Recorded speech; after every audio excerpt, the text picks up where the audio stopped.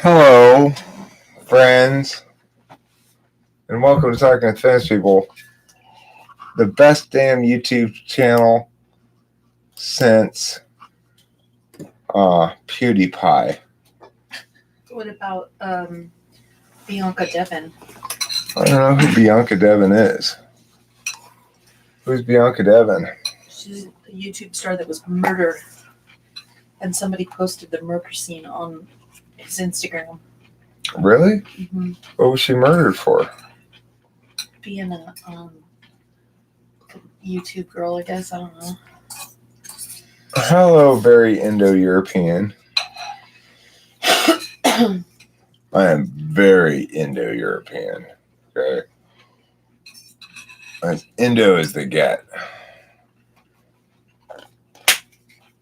What makes you Indo-European as opposed to, what's the opposite of Indo-European? Exto-European? Not Indo. Do you even Indo? I don't know. Do I? Do I Indo my Europeans? You're either Indo or not Indo. Let me ask you, do you use the euro or do you have some pre-euro currency?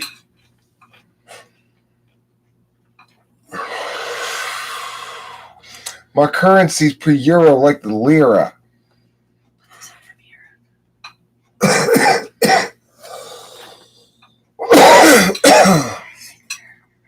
How many Serbians does it take to equal Bosnia-Herzegovina? Answer 4. You, says Clockwork Paradise. Hello. Neo post-euro currency. Oh, you're one of those. You're a shilling.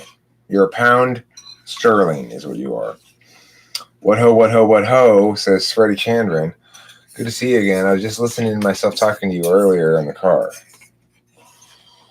Why am I live streaming again? Well, I thought it was important to discuss this topic of attention in pathology. There's a lot of pathologization going on in the world, you know, a lot of people pathologizing other people for various things. Most of it is bullshit. Occasionally it's legit, right? And it's always tricky because anytime you're going like, okay, that's unhealthy, this is what you need to do to behave properly, probably you're imposing your own sort of attentional frame on somebody else. But there are legitimate things that are pathological in the sense that they're unhealthy or, you know, mentally unwell in some regard, non-optimal, or whatever other sorts of term you wish to use to express the same concept. I need another light bulb in here, I think.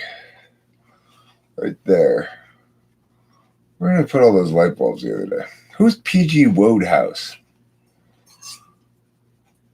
Spacey, do you know who PG Wodehouse is? No. Me neither.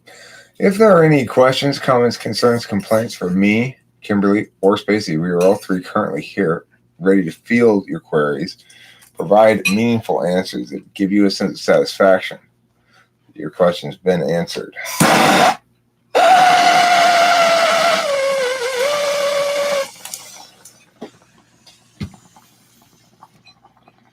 Your prayers have been answered.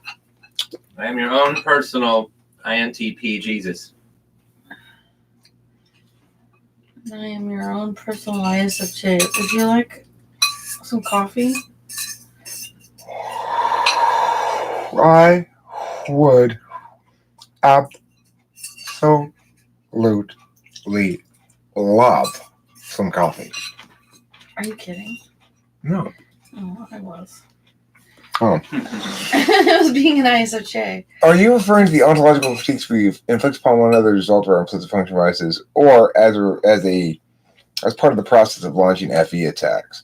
A lot of people will, when they can't critique a given argument or don't want to critique a given argument, it's just not their habit to critique a given argument, they'll say something like, you're obviously projecting, or it's pretty clear you just want to win, or any other freaking reductive kind of FE critique type of thing is a way of pathologizing people. in general ontological critiques are pathologizing people. You say, you are unhelpful, as I told Kimberly earlier. What I meant to say was, yesterday, and during this particular circumstance, you didn't help me in the way I expected. And it bothered me. That's what I should have said, because that's what I actually meant. Instead, I said, you are unhelpful. That's an ontological critique where a behavioral, maybe it wasn't even a critique that was appropriate. Maybe it was just I needed to express what was actually the case, which was what I just said. During the circumstance yesterday, I expected you to be more explicitly helpful than you were, from my perspective, or something like that. Stop talking, just act, Sreddy. Okay, but before you do that, Sreddy, I want you to deliberate on what Clockwork Paradise said. It's very important. P.G. Wodehouse is an author. Bertie Wooster and Jeeves. Spacey and Jeebus sitting on a tree. What are they doing up in the tree? I'm in a vehicle on my way home. Is it a car? Dream creature. Despite being obsessed with studying personality theory, I can't type myself, but I do know I study typology and astrology, etc., for the purpose of potentially achieving knowing or predictability. I mean, you're probably an INFP.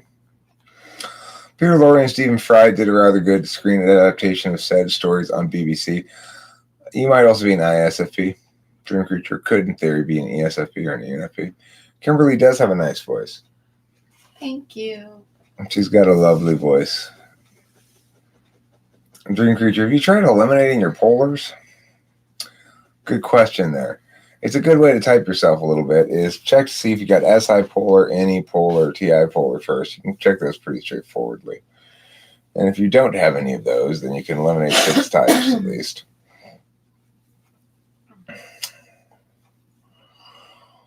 Okay, well, let me ask you another question, Dream Creature, or a question that might clarify things a bit. When you say potentially achieving knowing or predictability, what do you mean by knowing? Knowing what? Knowing how to make lemon meringue pie? Knowing which of yourselves is predominant in the moment? So many different things one might know. So many different ways in which one might know them. Knowing why what? Why Judy acted that way when you and she were supposed to be good friends. Knowing why You always give people the weirdest names. this song is better than that song. Knowing why I do things and why other people do things. So motivations. Understanding human behavior.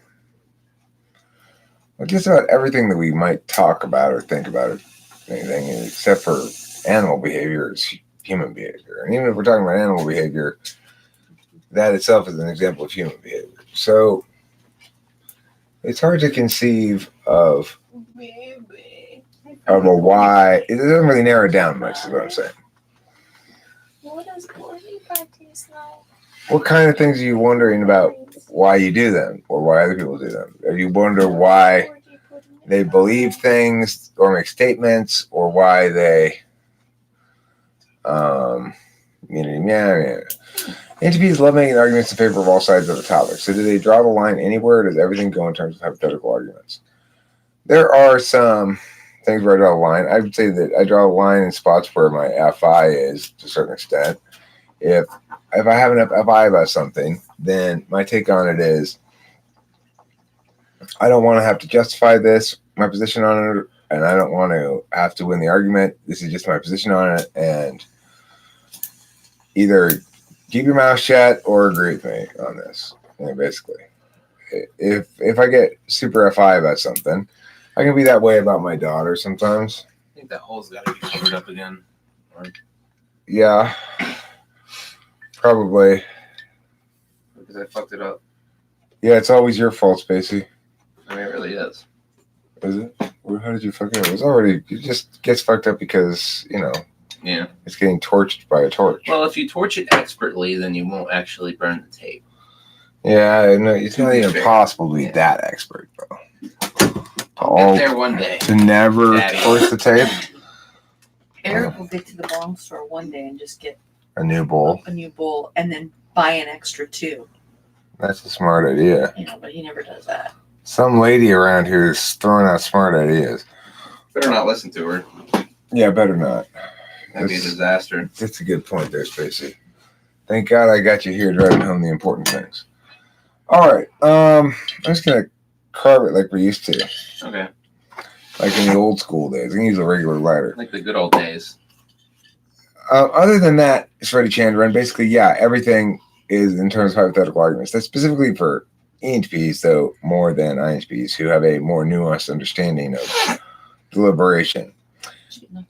NETI is, in particular, unnuanced understanding of deliberation, which is to say, blind FI means we only critique, Feel better and you don't even realize it. we only deliberate by a TI, really, and that makes it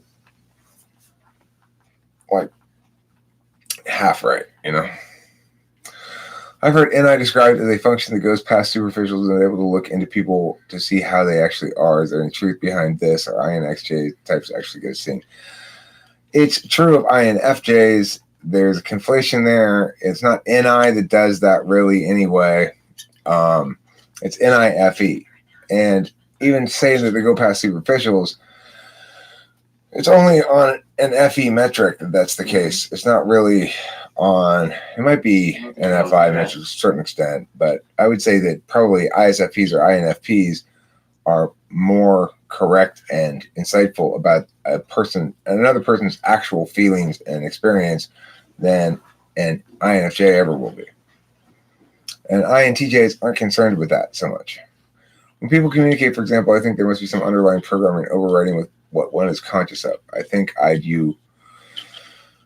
Okay, well, there are a number of underlying frames that sort of limit the possible expressions of self, but there's varying degrees of awareness of it as well. So it's true that we have our attentional reflexes, but it's also true that you can metacognate beyond that to some extent. However, as I pointed out before, metacognitive growth is really saying I'm going to run counter to my reflexive nature rather than anything more specific than that. So for me, I need to be more mindful. For INTPs, I probably need to be less mindful.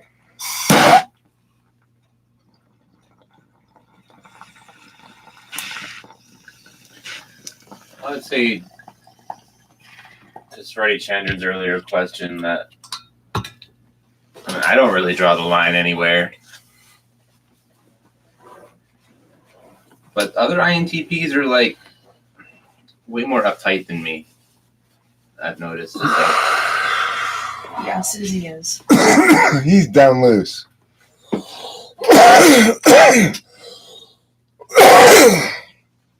you think Susie's a little more uptight than you? Susie's not even that bad. Susie's not I've met uptight. other ones that are like total nerds with like No, sticks but up their she is asses, and still they won't do definitely- any drugs, and they'll never. She is still a little more uptight than you. Not uptight, just more. Opposition to drug use is directly proportional to More composed. rigidity of stick up the ass. Give me that little lighter over there, Spizzy, the white one.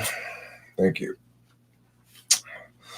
Well, I'm personally okay with making arguments in favor of anything, too. It's not evil because I have no intention of doing anything with those arguments. It's only hypothetical and doesn't reflect upon my actual opinions. Correct. And, of course, being a debate coach and a debater, I have that ingrained in me deep from a long, long time ago that one learns to make all the arguments, and one learns to make them all as convincingly as one can and as persuasively as one can, because one recognizes that the capacity to make an argument and the capacity to believe an argument are different things.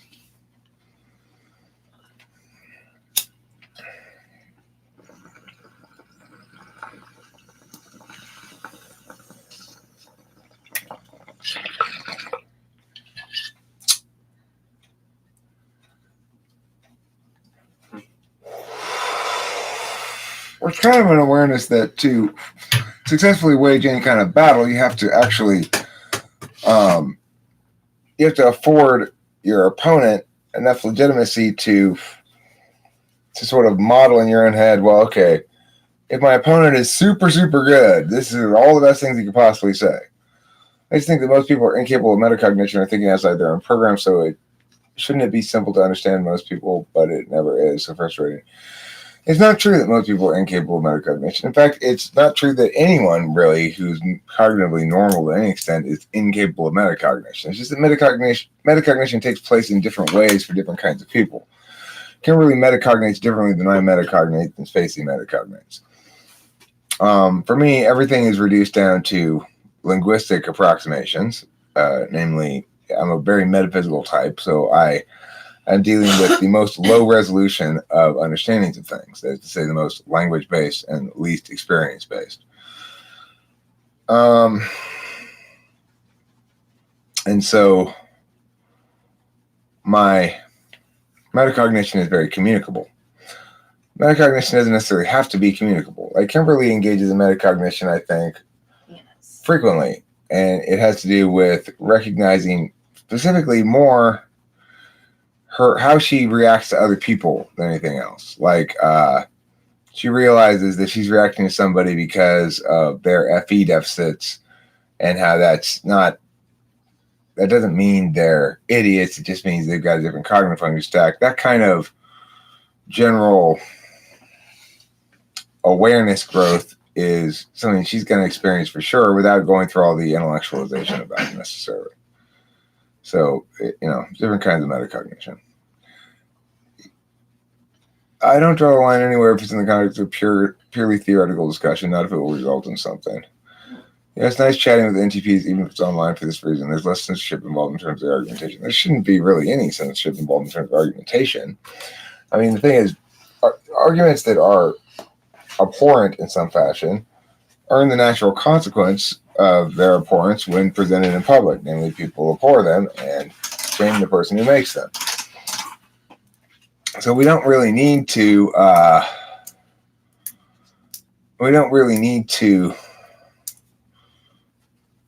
worry about censorship. Another thing I censor is stuff that is basically non-responsive, non-engaging, and or trolly.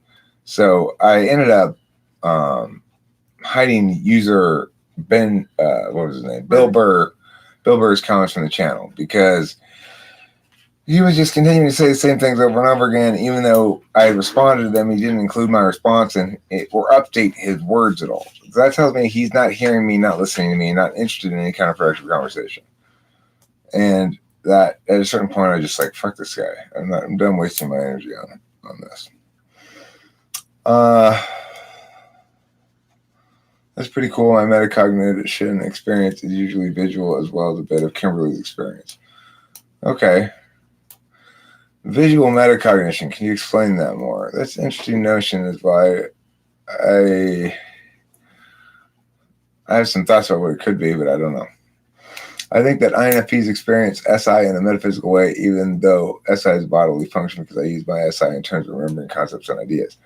Sure. I mean, it has that aspect to it. So learning by rote or by repetition language-based things is one of the things that SI can do.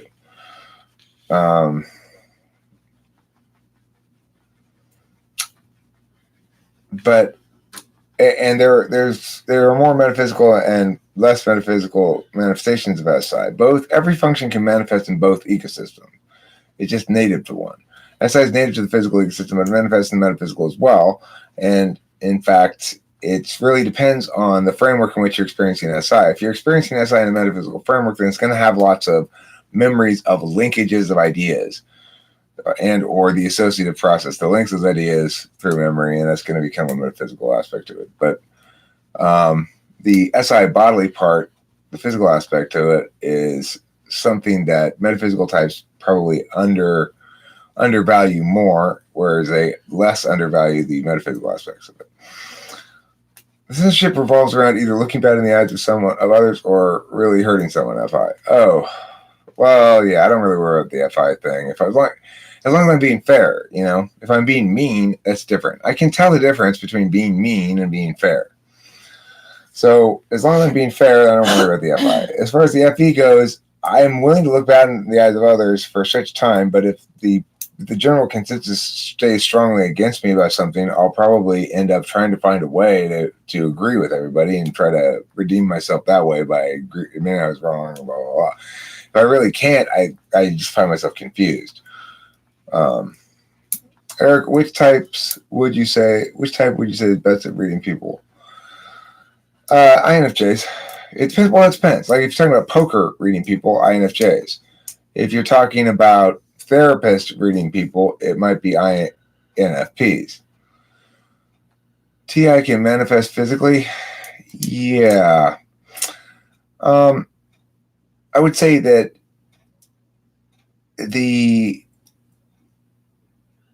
it's not something that's very native, right? Just like FI doesn't manifest metaphysically very well, but it does a little bit. Like there are metaphysical expressions of your emotions in music or in song or whatever that are clearly expressions of FI that are not FE kind of perception management things. Similarly, TI has kind of a, I guess,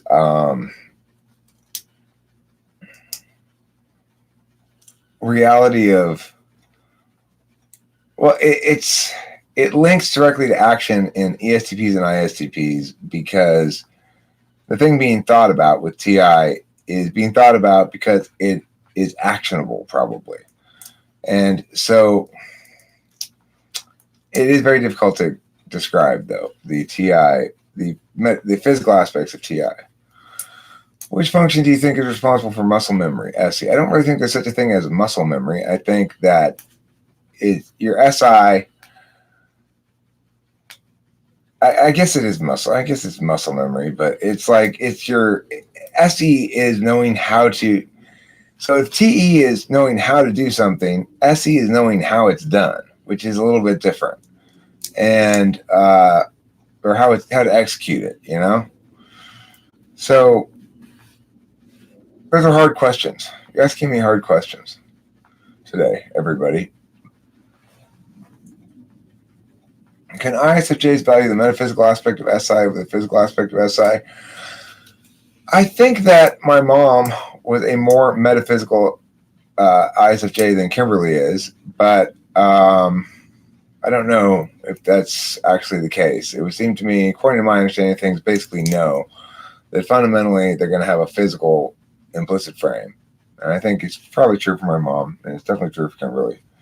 I'm pretty bad at SI stuff when it pertains to bodily awareness, remembering specific experiences, or keeping a stable routine that I follow. Right. Okay. So, I mean, that's the more physical manifestations of SI anyway. I don't have routines if I can help it. I prefer doing things whenever I want to. So do I. What are FE users good at reading from people that FI users are not?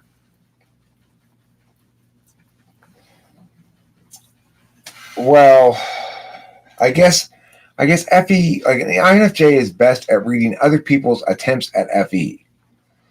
So it's like if I'm trying to fake something or whatever, if I'm trying to get an impression of bravado, but I'm really scared, or there's lots of things like that where when I'm trying to do FE management stuff, that INFJs will see right through it. So INFJs are best at poker because what is poker? It's trying to do FE management stuff all the time, trying to display that you have a strong hand when you actually have a weak one, or that you have a weak hand when you have a strong one, or yeah.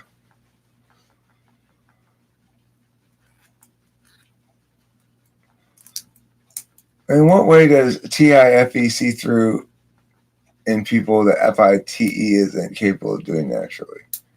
I answered that one. Spacey, did you hear the song on the Enneagram 9 made by Sleeping at Last? No. Well, maybe you should. Example, door code. My fingers know it, but it's happened a few times that I've stopped to think about it and the code completely got my memory. Okay, I do know what you're talking about. I had this on my old phone where I had the pattern of my finger memorized, And also, of course, playing the guitar. What is that but muscle memory? When I go to play a C, my fingers know exactly where to go and what to do without me thinking about it at all. So that is interesting. I guess that's a component of SI, a relationship between SI and SE that's equivalent to my relationship with SI and NE that I'm able to articulate well and talk about, which is this associative link thing, right? From an NE DOM's perspective, that one's very easy and clear to articulate, whereas the SE SI link, the equivalent one, which is something like playing the guitar, even though I do that just as much, right? I got as much of that shit in my life as the other, but it never occurred to me before. It never fucking occurred to me to think that that there's your equivalence, right? Like in the metaphysical world, SI provides the linguistically compacted memory of experience. And if I'm thinking about pillows, then I'll think about my friend Corey. He used to say the word pillow instead of pillow. And I don't know. That's the first memory that popped into my head. That's SI link to NE with the word pillow to an associative link. And I always thought, well, and then the equivalent with SE is I'll look around and go, oh, and here's a whiteboard marker. So I'll name this character in a story Corey Whiteboard. You know, that's SINESE. But really, the equivalent, if I was an SE DOM, I would understand foremost like playing the guitar represents the equivalent of that there's the SI memory that I'm drawing from in the moment to execute something because I already know it with my muscles. Very interesting. Very good question. Very revelatory. Wow, that opens up some thoughts for me. Hamon, I do spoil you. I spoil you like being left out in the hot sun if you're mayonnaise. Spoils mayonnaise. Another tidbit about visual metacognition, I think it has to deal with SE dominant experience and fifth slot SI. SE relates back to physical sensations of events, and SI implements the scenario. So I guess that's an interesting point as well, that SE metacognition or visual metacognition would be such that you encapsulate experiences as spatial events and, foremost, and time events as linked to that spatial identity of the event. And then I guess reevaluate your own situational tactics in a way that provides you a level of meta strategy or something. I don't know. It shows me sometimes just how many memories I do have but can't access on when. What's that? Why don't you move your microphone? Move it where? Out of the middle of the chat so you can see what people are saying. Well, because I've tried this live. Can I? Oh. I have I can't see it. Can you see it now? Yeah. Yeah. I could see you pointing like this. Well, I'm looking back and forth to both screens and stuff. Okay, so can you talk a little bit about NISE making connections compared to NESI? Well, I can't really describe it as cleanly because I don't have a conscious utilization of that process. But I would imagine that it's like when you start going through possible things you could do about something. Well, what should I do first? Is this I need to attend to? This I need to do. This I take. This person. When it becomes clear, like, okay, this is predominant. We should do this first tomorrow. As I told my dad, like, we need to freeze your social security number first thing. That's your top priority. He kept thinking about what should be top priority. By the time the next day came around, he did something else. He didn't listen to me because, of course, the way NISE works is once there's clarity on the NI, this is the clear top priority. This is the determinant factor. You then act upon that. As with the identity theft issue here, right? Well, what should you do first? Once you reach a spot where you've got immediate control of the primary resources recaptured and safe, take a breath. Okay, what do we need to do now to make sure that things are going smoothly? Well, my dad and Delilah and Ray are currently on a wild goose chase of trying to secure a computer that I already identified the breach on, namely that it was this remote desktop thing that they had got my dad to okay at some point. We had already solved that problem. We put the firewall and denied all incoming connections and stuff like that. So that was it. That was the source of the breach. That is, in fact, solved. If you want to be abundantly careful, fine. Don't play with that computer at all. Just don't use that computer anymore for a while. But my dad is on this wild goose chase thinking that the phones are all compromised. His old phone, his new phone that he got like 2 days ago or yesterday. So he now has a third new phone, or a third phone, a second new phone. Even though we told him it has nothing to do with the telephone? Yeah, and he's drawing NI conclusions from complete garbage of clues and stuff. His NI polar is shining as bright as the midday fucking sun right now. And it's frustrating as hell. So NISE successfully does instead go, okay, here's the salient point, act it out, and then we'll get to the next salient point. It's the smart way to do things.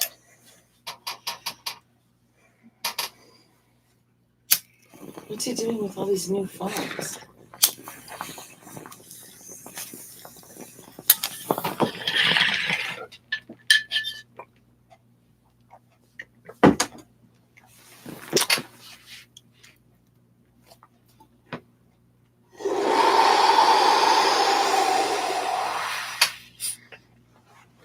Does he understand yet that it's the surface and not the telephone itself? Him, I don't know. It's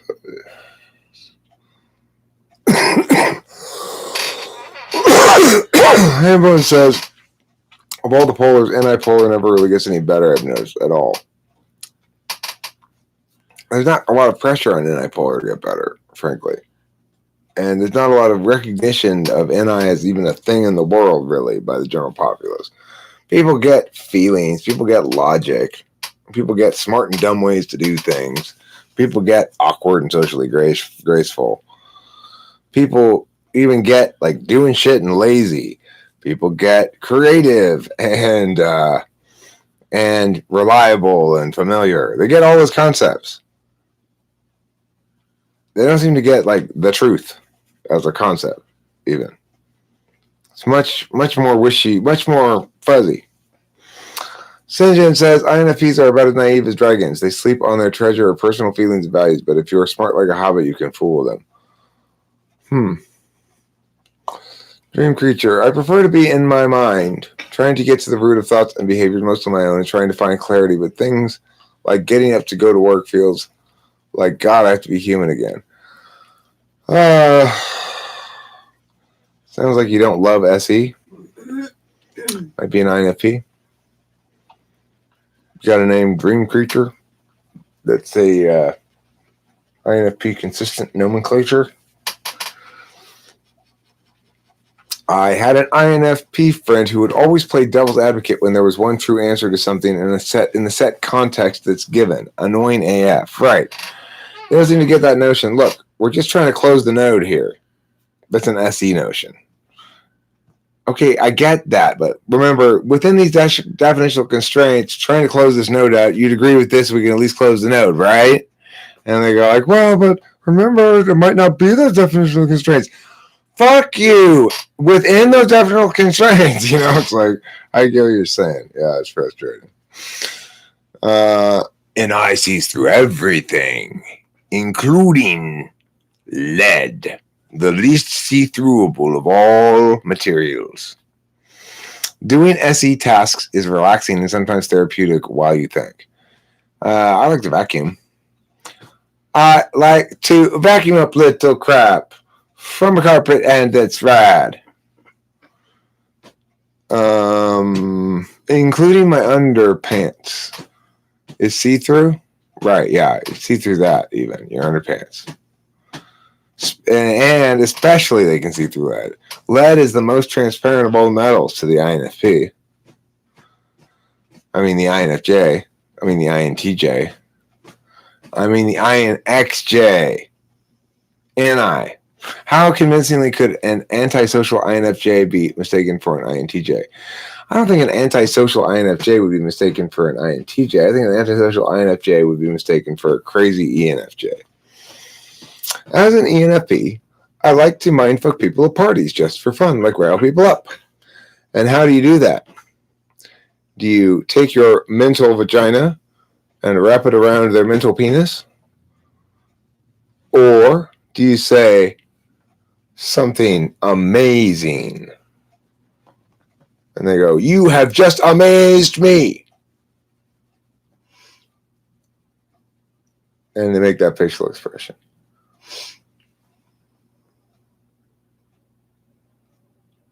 Okay. Kimberly, it takes a little while for me to master it, to get it exactly right. You have no patience. You've got to let the process play out. Don't assume the second you think Eric might maintain that facial expression for too long. You need to police it in advance. Facial expression. Kimberly? Take off my clothes at the end. At the end of the night. If they make that facial expression, you're running, huh? Could an INTJ pick up the FE strategy of smiling all the time? Is that an FE strategy? I don't think I smile all the time. I do smile quite a lot. I probably smile in circumstances where You don't smile at all. I don't. No, not really. I sometimes adopt the strategy of like mindlessly smiling when I'm not really thinking. I usually smile I'd rather only have. if I'm thinking. I'd rather have a blank face. You're darker than the typical INFP descriptions. Did you fall into a pot of ink? I feel like a lot of antisocial INFJs end up typing as like INTPs or some shit like that. Antisocial INFJs type I don't as know if they would look like an INTPs, ENFJ. or they're made out of peas. Would they look like an INFJ? I don't know. I think EXTPs without external stimulation will feel like they are chasing for stability, but not understanding how to stop running may be inferior NI future stability or SI bodily stability. Well, I think that ENTPs without adequate means of externalizing their NE will start to sour or something, and not understand what they need or want at all. It's like one of the first things that an ENTP needs to do to get more capable of being optimized is to understand that they want and need attention, and that's okay. It's probably one of the most challenging sort of first steps, I guess, that you could think of, because society tells everybody over and over again, it is not okay to care so much what other people think, to need attention, to want to be the center of attention, all this other shit that they tell you, you know? So it's like recognizing that what it means to have third slot FE is step number one. And then you can kind of like, okay, well, how can I get this in a way that's more legitimate and less, cheesy as fuck? And then you go from there. Haha, they're always say they're sunny, dreamy mediators. INFPs? Look, Enneagram type has a lot to do with that shit. A lot more in some ways than cognitive functions in terms of what kind of person you are like that. If you get an 8 in the first or second slot of the tri-type, it doesn't matter what type you are, you're going to have a fight on your hands.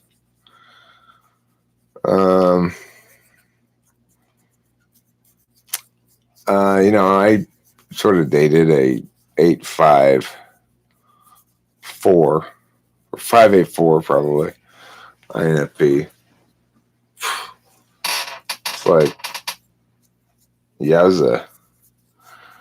I currently date, I'm married to, and 684.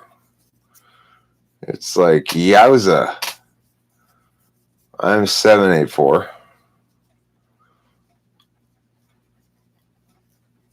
The INFP I knew was one of the coldest, hateful people hiding under a sod. I don't think INFPs are really hateful at all. I mean, I think they can be angry. They can be angry and they can excuse shit of themselves. So it's like they can do some bad things without really recognizing that they're doing bad things almost because it's so important to them or something. TE is native to the existential plane of chalk dust. I don't like chalk dust. Chalk dust is too dry. What would 8 in the last slot be like then?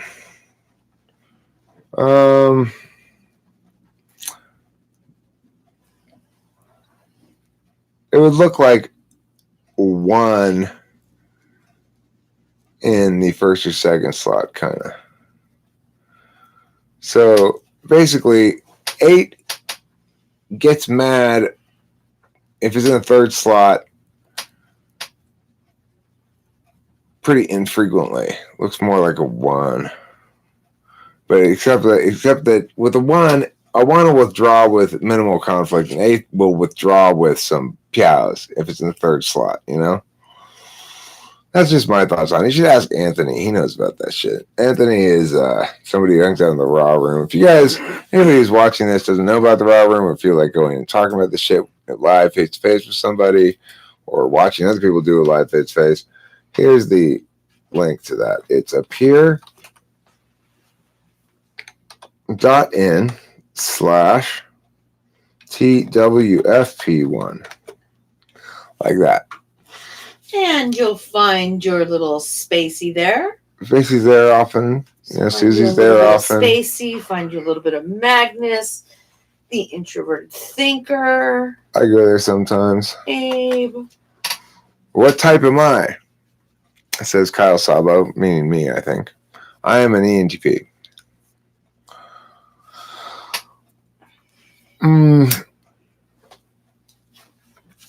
And I'm one of the people in the world who somewhat, not that unusual, I guess. Probably about half the people are like this, I would guess. That I never had any doubt about my type. I've always been the same type from day one. I never questioned it at all. Weird from day one. It always seemed very... Came out of the womb weird. Unavoidably correct, my type. So... Oh, look, David, this is a weird one. And I think that shows you something about the difference between any dominant versus any tool. Any dominant knows when to stop anying. It was pretty obvious reading type descriptions, just reading type descriptions, that I was an ENTP. And there were a couple of things that contradicted it. Like, I thought, well, I'm not really physically inventive. I don't like invent cool shit. I make half-assed big fly swatters, you know. But other than that, it seemed to fit me pretty well. It obviously made me kind of happy too, because it's a pretty flattering type description. But this was before I found anything about cognitive functions. This was like when I first encountered in my early 30s. I just felt a general sense of relief or closure in some regard that I finally had an explanation for what was wrong with me. But regardless, then because there was no cognitive functions in my initial encounter with MBTI stuff, I sort of was interested in it for a couple weeks and then let it go to the wayside. Didn't really think about it again until I rediscovered it with the YouTube channel like 10 years later, you know. Then I found out what cognitive functions, that way it's a lot more interesting.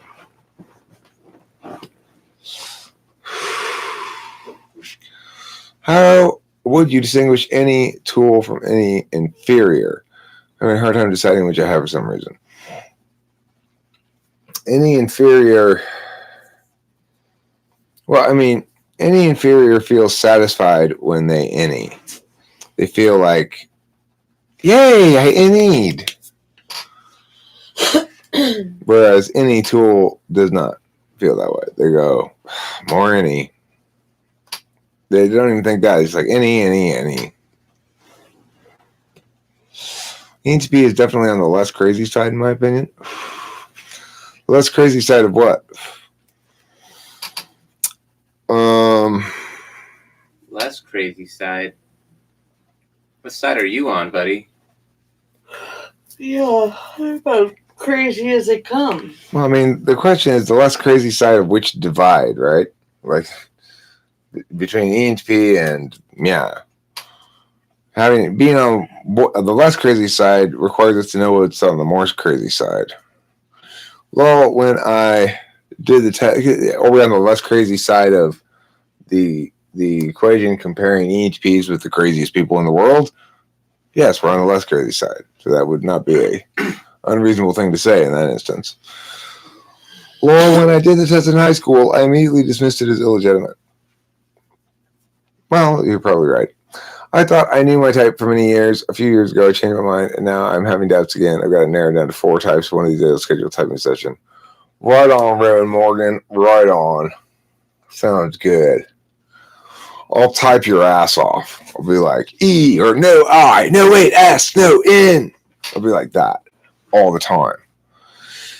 No, I'll do a good job. I'm a very professional typologist, actually. Once I've been hired to do the job, Yes, he cleans up. I'm actually quite on point the whole time. If I had someone in my life I knew would be objective, that would help. It's difficult to be objective. Well, not for me.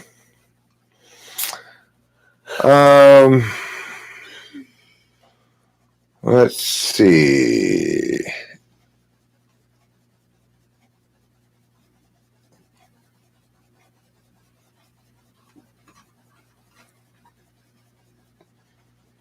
Difference between TI 12 and NI 56 when first tested.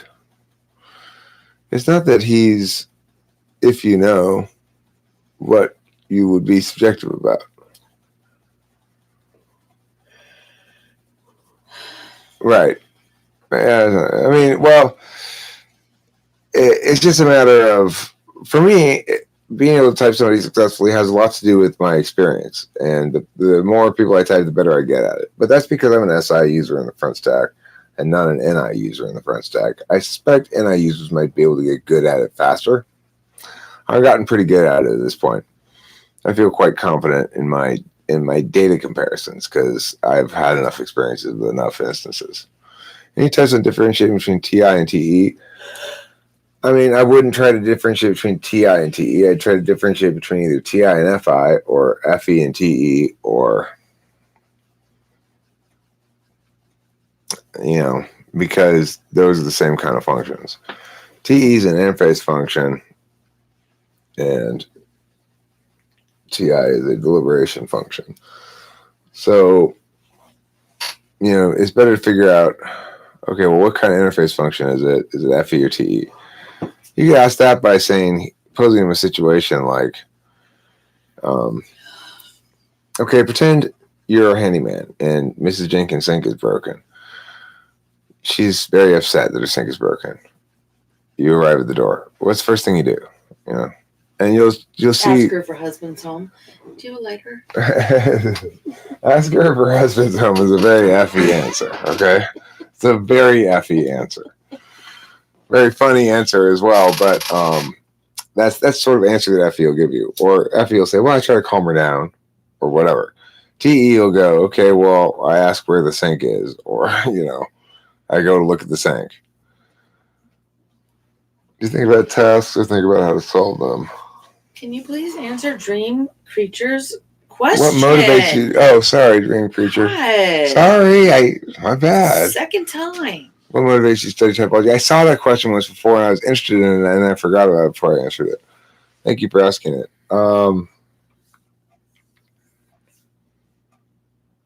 That people are interested in it, basically. It gets more views than when I don't talk about typology. I like being a source of knowledge or wisdom about something. It satisfies my need for FE feelings of value or confidence to others. And I like getting more attention rather than less attention. I tend to get positive regard in comments and stuff when I'm talking about cognitive functions. I'm trying to establish in general a sort of FE perception of being an expert at this or whatever. Plus, there's financial reasons, which aren't really very determinant in my equation, but nevertheless are significant. They should be higher up in my list than they are. Also, I do find that it's allowed me to optimize personally in terms of personal growth. I've found that I've attained sort of incidentally, because I don't think I was ever motivated by it particularly.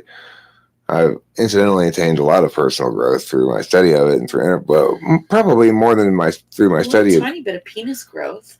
Yeah, it's growing a little bit longer. Yeah, every day gets a little bit longer. Plus, talking is fun, right? Her name's not Slooty Can. It's Sruddy Chandran. Okay, God, nobody can pronounce Sruddy Chandran's name right. ISFPs have better FE than ISTPs do, so they know that they ought to say at least something in order to make the other person feel comfortable. That's true, Sruddy Chandran, and it has to do with the fact that FI is, well, the dampness isn't localized. Let's leave it that way. My dampness ain't localized because I'm FI in the dominant slot. My dampness ain't localized because I'm FI in the number one slot. That's what Sruddy Chandran sings when she walks into a room, when they drop the beat. As soon as Sruddy Chandran walks in a room, the beat drops. She starts rapping. S to the R to the U to the T to the R, Chandran is me.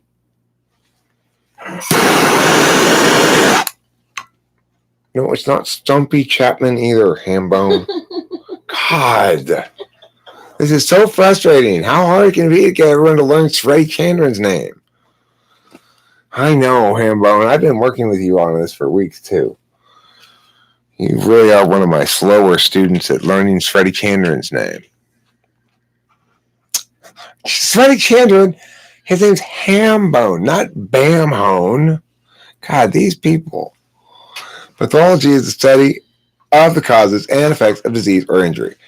Correct. So pathologization, then, is to render parts of a given individual's ontology into diseases or damage.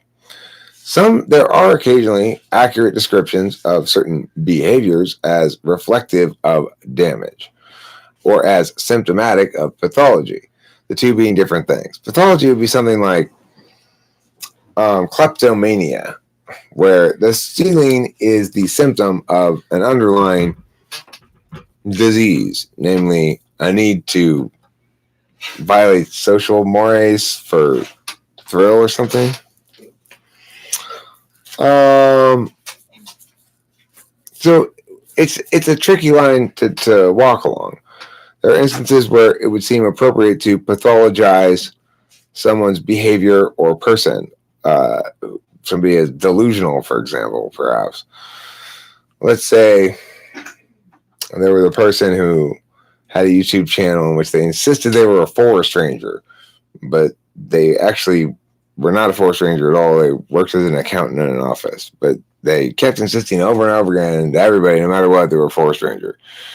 You'd say they had some sort of delusion, and even if shit tons of evidence were presented to them by 50 different people, it wouldn't matter. They still insist they were a forest ranger.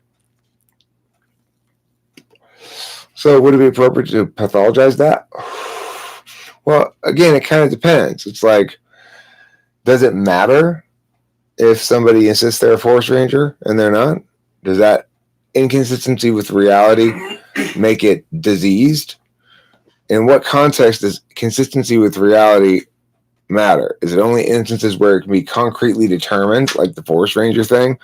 Or is it true if my perceptions are clear enough that your interpretation of your relationship with somebody is incorrect? It becomes a tricky question if you're trying to articulate it in terms of what's the definitive answer about that we can rely on as a rule or a standard to use with language moving forward. You're never going to get a good answer.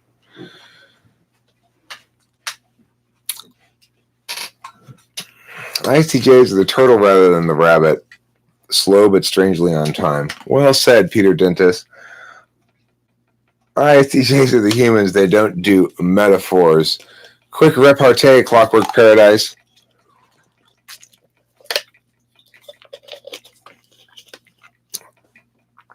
All it needs is gravity, a hill, and a large push.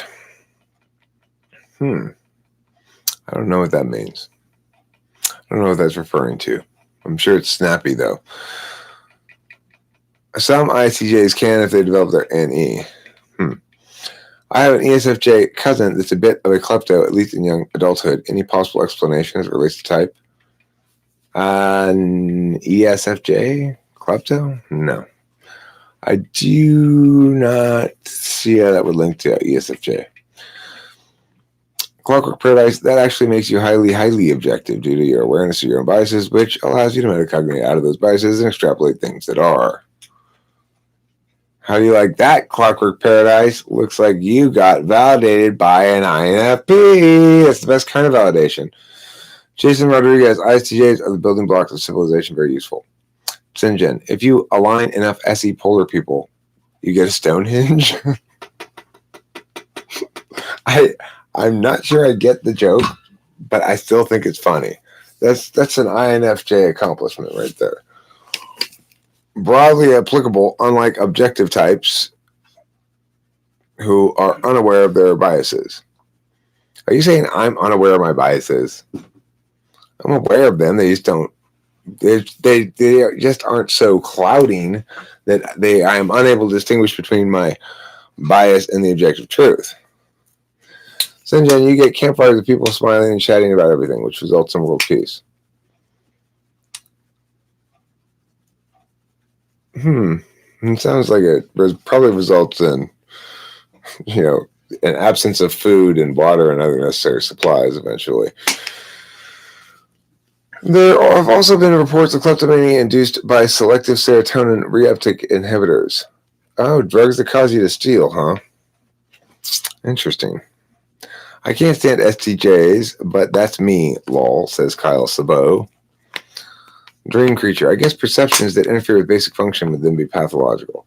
I mean, that's typically the sort of psychological definition that if some sort of cluster of symptoms is enough to negatively impact someone's life, then it becomes worthy of a disorder label. But I have little respect for those. Spacey's looking spaced. Is that the case, Spacey? Are you spaced? Usually, yeah. How about right now? Yeah. What is the distinction between being spaced and not spaced?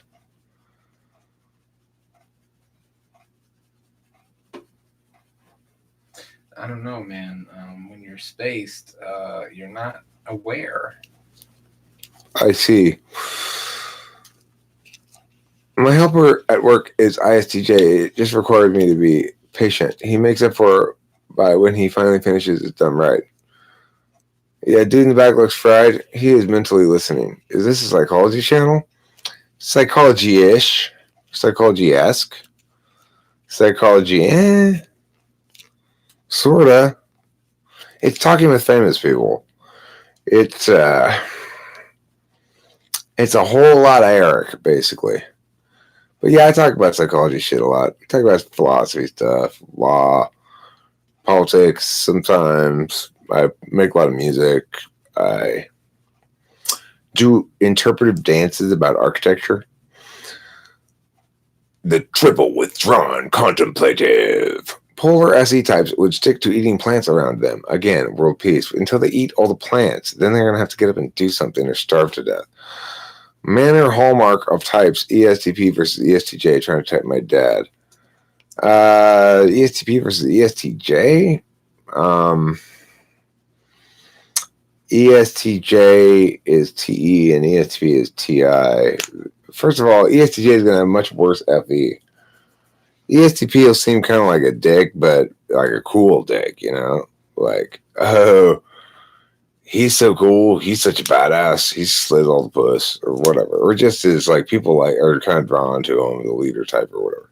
ESTJs, they're more like, you might still follow their lead, but you're going to roll your eyes at them a bit more. Polarosi feels like being disembodied from the world, the environment, and the people around you. They've taken your body, and you don't know what they've done with it.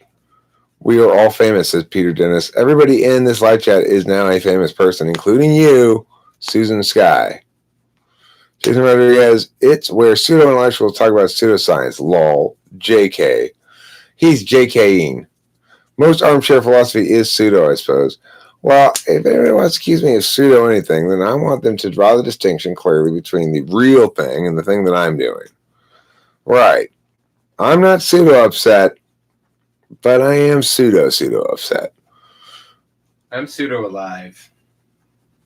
Hambone is a pseudo homophobe. He's actually a pseudophobe. He's just fearful of pseudos. Jason Rodriguez, you can law you want, buddy. That doesn't change the fact that Hambone is, in fact, a pseudophobe. He's also in denial about it. Eric, when you run for president, make sure you campaign for equal rights for pseudos. Okay, I will. I really appreciate someone's question earlier, which was, which 3 pride parades would you like to see? And I went with transracial pride parade, which is, my minority group. I'm transracial. And I went with uselessness pride parade and the humility pride parade. I like all 3 of those. I think those are great. Hey, you pseudos, you should be afraid of me. Hey, you pseudos should be afraid of me. Pseudophile. Don't be a pseudophile, Peter Dentis, okay? You can only be a regular file. No, Jeffrey Epstein's not a pseudophile. He's a pedophile. No, he's actually not even that. He's a, what do they call it, the ones who go after teenage girls? Pederast. He's a pederast. Hambone says he will eat the pseudos. He'll eat their pseudoness. So he won't actually eat that. He'll pseudo eat it. Sweaty Chandra and Polar. Wait, Susan Sky says the prefix pseudo from Greek is used to mark something that superficially appears to be or behaves like one thing, but is actually something else. Like how Venus flytraps will pretend to be flowers to lure on a fly, but then really there's something else. They're death traps. Pseudophile is my new favorite word now. But, it's a good one. Peter Dennis, are you an INTJ? Says Freddie Chandran. So many videos. Where to even start? Asked Susan Sky. Well, I don't know. Start at the beginning. I mean, start at the most recent. And before you even have a chance to work back, I'll make another video. You just ask me questions, and I'll just answer them. I read that end at first as at times they shit. What? Do you have a website? Oh, yes, I have a website. It's called mywebsite.com.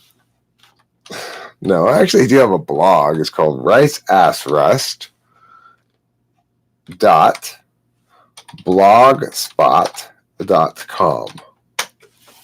That's my website. Let's see. Phone auto-filled most of that sentence. I'm a pseudo-intellectual, and I am not a Chihuahua fan. That's what makes you different than most pseudo-intellectuals, Hambone. Because I'm pseudo-intellectual, and I'm a huge Chihuahua fan. I'm talking about the region of Mexico, not the dog, of course. Yes, after many months, I decided it to be so. Peter Dentis, since it took him months to decide, his decision must be correct. What type is Spacey? Spacey is an INTP. Sure, just like you and me. Free, so good and free. And so Spacey is an INTP. Susan Sky. So you teach then? Kind of confused what's going on here.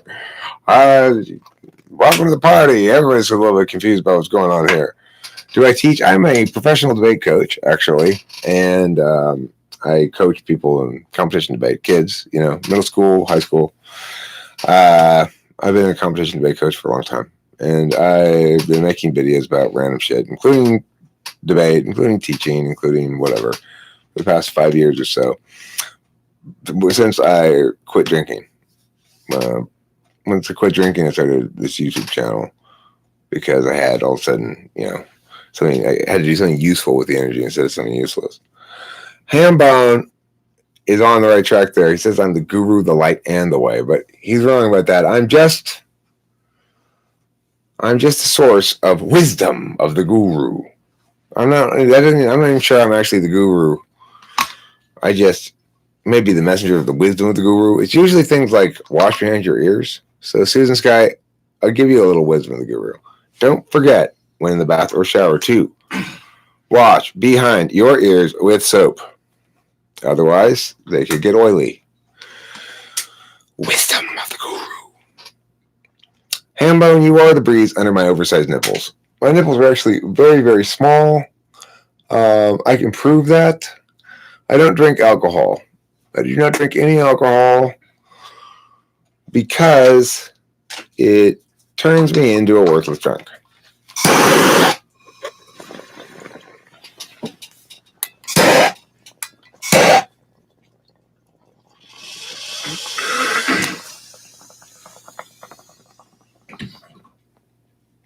However, I do smoke bongers. Okay, so yawn, well, Z, I'm tired. This armchair philosophy is boring. By the way, QQ means you are crying, not me. You forgot my secret message the other night. By the way, you shouldn't block Winters. I didn't block Winters. I blocked Bilbert.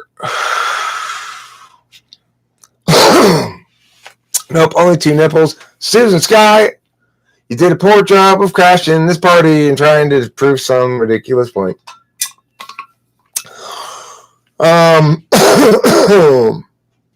Hello, Hambone connected to the NE bone.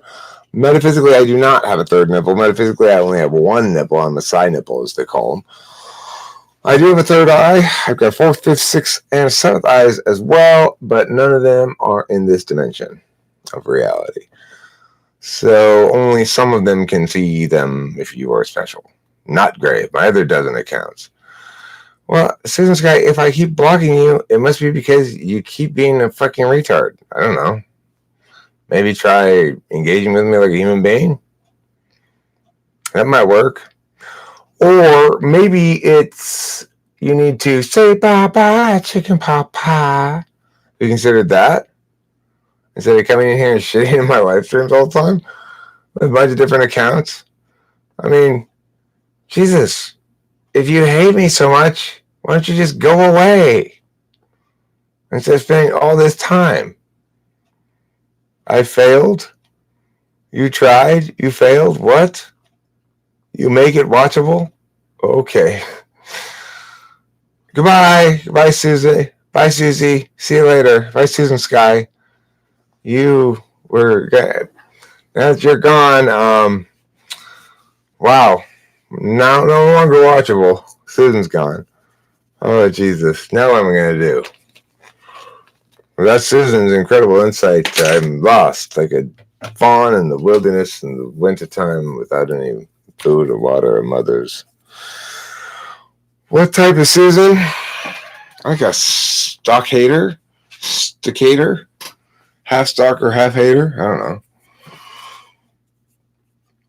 Speaking of trolls, what is your opinion on Sir Demon Windu? Wow, Demon Windu is my oldest troll.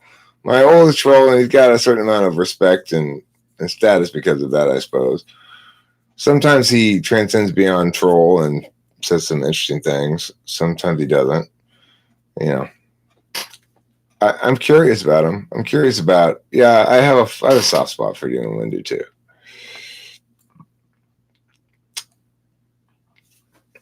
Arbitrary. What are your thoughts on simulated reality theory? Makes sense. Seems no inherently less likely than most of the other alternatives. Certainly seems more likely than evolution, which seems incredibly unlikely. ENGP is the epitome of trolls. I'm not a troll. I was when I was younger to a certain extent, but I'm not anymore. C.S. Joseph has great insight. Everyone's entitled to their opinion, John Brooks. Would Spacey consider starting his own YouTube channel? Sure, I would. He could call it Spacey's Time. I would consider and have considered just about everything. He is any second, after all. Host Eric, if Hambone was a song, what song would he be? And what song would you have been when you were young? Well, Hambone would be a song called Hambone, Hambone, Hambone, Hambone, Hambone. And I was a song called Eric, Eric, Eric, Eric, Eric, Eric, Eric, Eric. Everyone says the interviews are trolls, but I don't ask why interviews are trolls. Maybe interviews are trolls. I don't know. You grow out of trolling. I used to be kind of trolly when I was younger. I think any dumb, extroverted intuition kid can be an obnoxious troll pretty easily if they want to be. Right. Once you grow up, it kind of changes. Wow. Thanks, Basil Esposito. Should I develop my INF, my inferior FE with TI analysis and application of studies on human interactions, or should I be directly or crudely focusing on my FE to gain a truer emotional understanding as opposed to just knowing cause and effect? The first one. The first one says Spacey. I'm still trying to parse that out. Or should I be directly and crudely focusing on my FE to gain a truer emotional understanding? I mean, it's interesting that you use the adverb crudely there. Seems to me you're sort of poisoning the well. Yeah. But maybe what you're saying, I mean, it may be you're just reflecting an inherent sort of understanding of F as functionally or fundamentally crude, thus to get a better understanding of it, you necessarily have to get in the mud, kind of thing. Well, yeah, something like that. He's really just talking about it because it's his inferior, It's crude in that respect. I mean, I think you should. But I think the answer is get with an ESFJ. That's what I think. Unless you're in the ISTP, in which case the answer is get with an ENFJ. It's not a very helpful answer. I mean, why is that not a helpful answer? That's helpful. Because telling you to find your ideal partner is like, you understand? Just a smidge of SE between you and that reality. Yeah. Okay, all right, fine. Just do what you want. Honestly, I don't even know how important it is to use your first functions to develop your inferior function necessarily. But that sounds like a better route is to use your TI to fulfill your FE needs. And also, you can use TI to develop emotional understanding, just in case you didn't know. Joey Shabadi says Hambone song would definitely feature the spoons. I would say, don't stress so much about your FE. You don't need a true emotional understanding. NE is actually the best route to FE anyway. Look, and FE is only ever going to be good for you when it's self-serving anyway, more so than any higher up. So just, don't be afraid to soak up the satisfying affirmation and praise of others when you can get it. Go easy on yourself. Believe the good stuff more readily than you believe the bad stuff. That's good advice. Wisdom of the guru. EXTPs, trolls based on maturity. Well, yeah, trolls, I'm not very trolly anymore at all. I can't really think of any examples of me trolling recently. They're definitely, obviously trolling. Anyway. Knowing cause and effect, how important is that really, Basil, to know the cause and effect? You don't need to understand the specifics of FE dynamics because they're too dynamic. You can't deliberate about them adequately. That's why they require a interface function. Deliberating about the interface dynamics of social engagement is not a productive endeavor. So you're better off just lapping up the cream that rises from the Effie stew when it happens to splatter on you. And seek a woman who gives you lots of Effie juice that you want. And when you find that woman, just lock her down, bed her up, and have your way with her. Okay. Is it normal to get heart when watching TWFP? Absolutely. Absolutely, that's normal. My real song is Sicko Mode. Huh. How interested are the two of you in the Enneagram or Enneagram? What do you think? On a scale of 1 to super interested, how interested are you? I don't know. I guess I was interested in it as I am in any other typology stuff. I suppose it's pretty interesting. Medium. That's Spacey's answer. Mine's wow. Depends. I don't know. I'm not that interested in it because you can't really say that much about it. It's a little too wishy-washy. It doesn't have any mechanics really. All right, so Basil Espinito, could you define crudely? That says Winston's mom. The punch in the mouth was funny answer, or as we call me Hammy Mode. Okay, Hammy Mode. I'm the same tri-type as Spacey. I settled on 954. Congratulations. 954's in his ass. No, says Sten Maury every year, old John Brooks. Same here, Peter Dentist. Hi, says Danny Hall. Hi, Danny Hall. How you doing? I've been waiting to say hi to you all evening. Study ENFJs. Case closed. Says Kyle Salvo. Case for what? The case that you've discovered the location of Carmen Sandiego? I find ESFJs difficult to tolerate as an INFP. Any tips? Stay away from ESFJs. Basil Esposito, you like that? Basil Esposito, could you define crudely? I read that already. I find them a little intolerable as well. They are a little bubbly, a little over the top, maybe. I like ESFJs personally. I think they're pleasant, but I'm Alpha Quadra, so, you know. Well, as far as INTPs and relationships are concerned, reality is always going to disappoint them, so it's hard for them to find happiness in relationships with others. And unless that other is constantly telling them, you are so great. I think you're so smart. Can I hold your purse? Rather, the FE will come naturally and require another person present. The TI can be useful always. I didn't know I could gain emotional understanding through TI since I saw them as distinctly different. By crudely, I mean understanding the emotions as opposed to the cause and effects. You mean experientially. You don't need to experience emotions. Just sort of find a woman and dump that responsibility onto her plate. Word up. Is there a sensor that INFP doesn't find intolerable?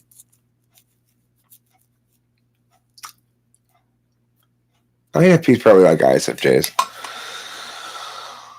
Marco Polo, what you need to understand that you're probably the one with the problem because ESFJs are easy to get along with if you are nice to them. I will say one thing I read about ESFJs is true. If you do something nice for ESFJs for a little while and then you stop doing it, they are unhappy about that. Even though, yeah. I have similar disappointment with people refusing to use rationale when they are emotionally charged. It annoys me too. I am oldish. I can understand what I believe to be my own emotions, but it is understanding the emotions of others that I find difficult even now.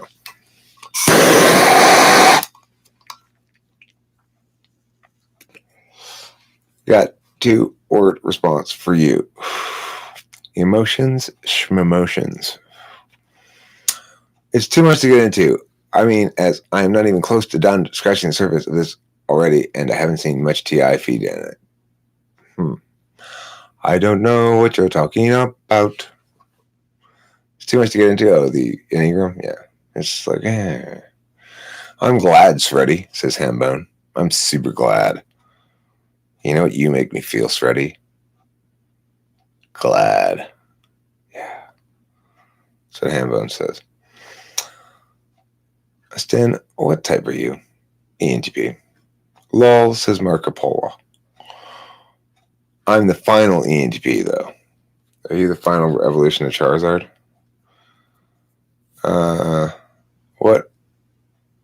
What Purity Pianos? What functions? Because I relate to masculine FE. Oh, that's just bullshit.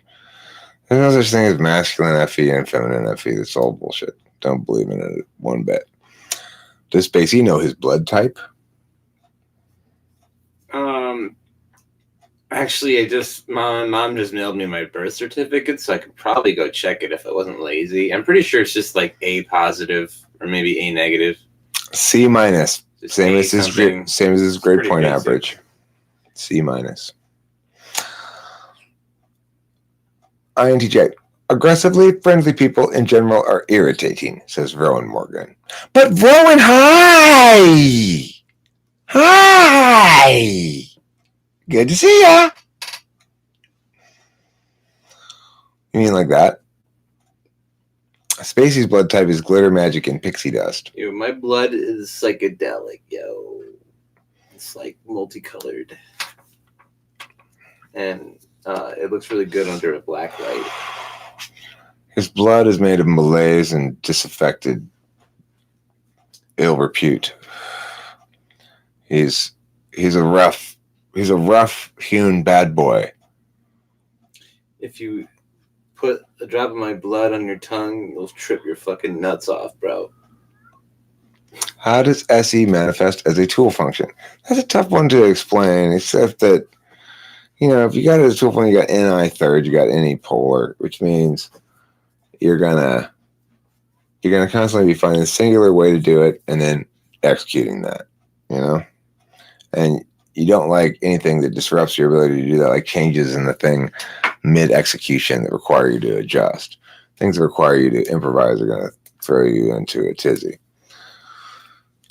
Any advice for when you first meet someone to parse out what's real versus what is for show? I mean, see, that's an interface question. It's almost impossible to TI out or TE-ish out FE like that. You got to be in the moment, experience what you're experiencing, interpret it, link it, and that's what FE DOMs do with all of their attention. Just you can't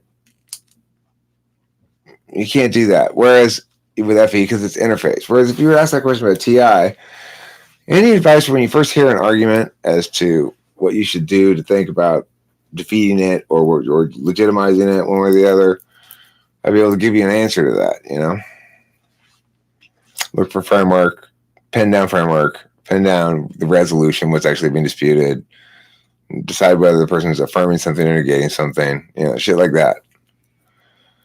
I maybe it's because FE's third slot for me, but I don't think really anybody could do the same thing for FE, which is what you're asking right there. But it's a good question. I appreciate it. It's an interesting question. The facade is often too saccharine. Peter Dentis. That explains why you were confused about whether you're INTJ or INFJ. Freddie Chandran, and so is yours, lol. And with a little salt thrown in for balance. Grok. The biggest gripe I have with ESFJs is that they often don't give me time to respond to their loaded yet banal questions. Yeah. They don't want the NI at all. That describes how NI polar looks.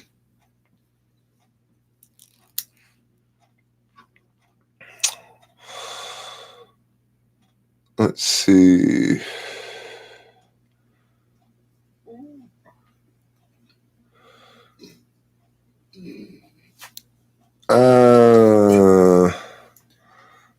I sounded like an FE Dom just now, making faces and being happy theatrical. Oh, C minus is still passing, might as well be an H or an INTP. I watched a video that said, if you think you can see people's auras, you are not an INTJ, but if you think horoscopes are interesting, then that's okay. But if you think they're real, then you're not an INTJ. That's kind of a nutty criterion, but it's fine. And but I know what you mean by loaded questions. Just say what you want, ESFJ. I want to hear your opinion on C.S. Joseph. I mean, my opinion is C.S. Joseph is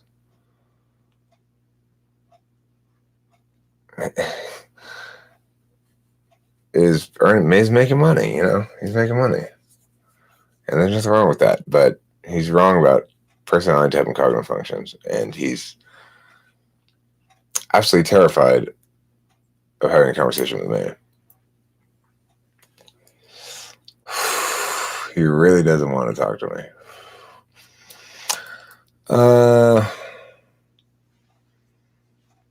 This guy about NI-polar looks like it's so I didn't even want to even talk about it again. I talked about it earlier in this thing. It's like my dad right now. He's got no idea what the determinant factor is in this identity theft. He's been victimized. His phone got actually hijacked successfully by these identity thieves for a little while. We got it back. We controlled it back. He's unable to accept that he thinks everything now in the world that has connected to electricity is compromised. So he thinks the neighbor's landline has been compromised. That's NI-polar. It was difficult with my dad's ENFJ and my mom's ISFJ, so I was forced to develop FE. You will be socially graceful, Peter Dentis. You will. You are not going to embarrass us. I'm sorry. I'm not going to let that happen to you or to me. What are the books on the shelf behind me, host Eric? Those are books of great wisdom. Those are books I got at garage sales to look fancy behind me, so I look extra smart. I don't know of TIFE axis issues in myself or my parents. Never mind. Why are ESFPs so superstitious? Polar TI. 2 3-slot figures. NI infinite. NI inferior magical thinking plus no TI. Yeah, Senjin gives a more complete answer. It was a determination of TE polar or FE polar. Peter, are you suggesting there's an actual checklist to determine if a guy is being himself? Well, if you're an INTJ and you say that you were forced to do FE stuff due to your upbringing, then you would naturally have conflict in the two judging axes. I do. I always thought of ESFJs and ENFJs as being the superstitious types, not ESFPs. They could be too. You might think I'm a superstitious type. I think of myself as being somewhat superstitious. Not about stupid shit like rabbit's feet or whatever, but my own stupid shit that's not really any better. I try not to invest objects with too much magic because that's dangerous.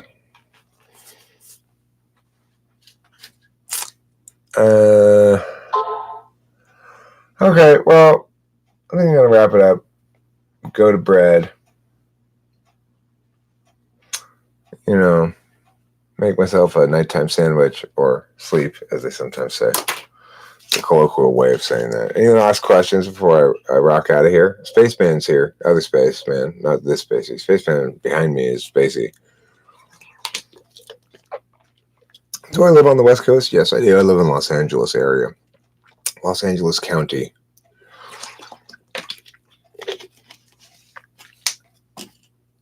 In a small burg known as Laverne.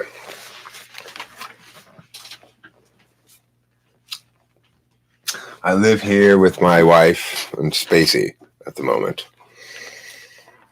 You are not moving in with me, Zen. Oh, to the LA area. Okay, fine.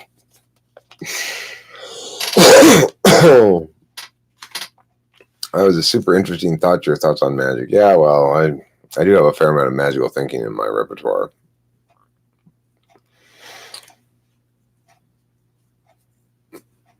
Zenjins, Freddie Chandler, some use their TE to be like, well, it works for me, so I don't give a fuck about actual truth.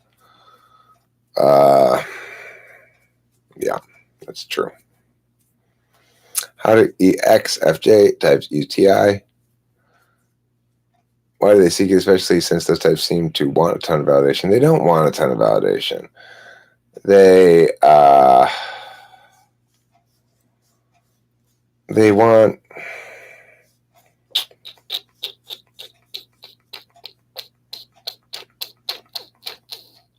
want to be able to successfully use. They want their successful use of validation, and that's for those sort of metrics to be recognized. But they want that economy to be effective, and that's what they get when they're with their dual in that relationship. Let's see. Jen, I'm serious and I might smash you in a debate when I do in person. Well, you can debate me via video conference right now. We can debate face to face about anything. You don't have to be physically in person with me to debate me. Why would you want to be physically in person with me?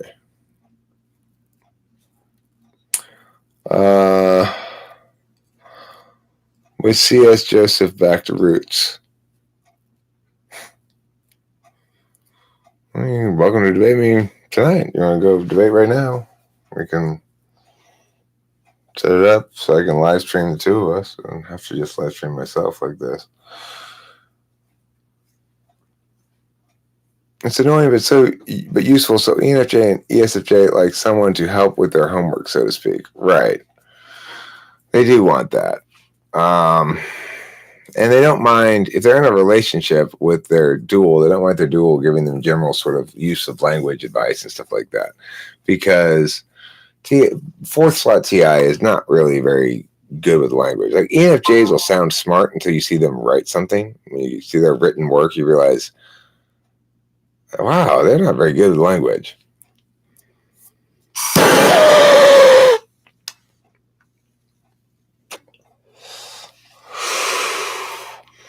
FE is a naturally affirming function, so it would make sense for them to want reciprocation. They do. Well, they want everybody to be on the same page. They want you to show that you're a team player by throwing the other person a bone. You know, whether you mean it or not, you're just showing you're a team player. That's what FE DOMs want everybody to. That's the reality in which FE DOMs want everybody to conform. I think ENTPs are best with language, or potentially. I mean,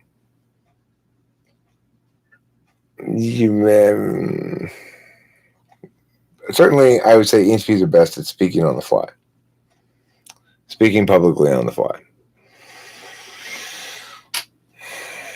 Be nice to see us, Joseph. For all we know, he could be recovering and overcompensating victim of bullying. I suspect he is, Sinjin, and I've tried to be nice to him in general in the past. Other people come in here and start shit or whatever, bring up a topic or whatever. I just, because I've never talked to the guy, I've got no sense of like his individual personhood in that regard, and so it's easy for me to forget that. But you're right. I should remember that. Stern, I think some are good with language. Think fast, talk smart, while others are good with language in the written form. I think INTPs are just as good at processing dense language, or if not better, than ENTPs are, but probably are less successful at persuading or convincing on the fly or that kind of thing.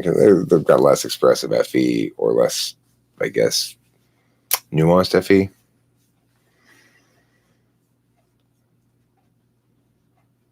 FE Dom is controlling of the atmosphere in an attempt to keep harmony at the expense of everybody's FI. ENTPs are the best at teaching and getting understood, in my opinion. I think in general that's true.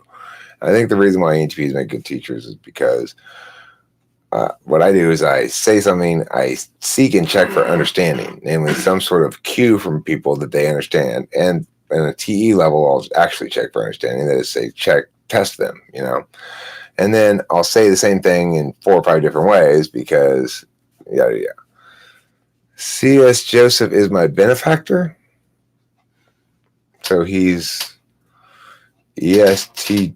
Is that what you're saying? He's my benefactor type? I don't think he's ESTJ, but he could be, I guess. They constantly talk about how selfless they are in a way that doesn't align with reality. Even if you are selfless, the kind of distasteful of bragging, no offense, not all of them do this. Oh, INFP scramble, little INFP scramble at the end there. They take too long, can't move as fast around things, yes. My dad favors with an unspoken contract of you providing a favor back later. Oh, well, yeah, it's reciprocity. INFPs are like big factories, but they are not nearly the first tile. So, Chairman, Eric, I'm curious about what your gripe is with ENFJs and what your critique of them is. I don't really have a gripe or critique of them. Well, I guess I do. It's disingenuous to say I don't. The critique of them is that because they have SI polar with FE as their interface function, so they don't have FI on the front stack either. They got neither FI nor SI in the front stack, and their SI is polar, not 8-slot like INFJs. They are, in a lot of ways, soulless. They ignore their FI soul, and they are blind to their particularistic experiential soul. So they tend to not respect other people's particular experience. If they say, well, why are you doing it that way? And you go, well, because I've done it this way before and it works for me. They go, well, that's not a reason. Here's the NI truth. So they just sort of reject everybody's particularist ontology. And I view that as offensive in some regard. I don't know.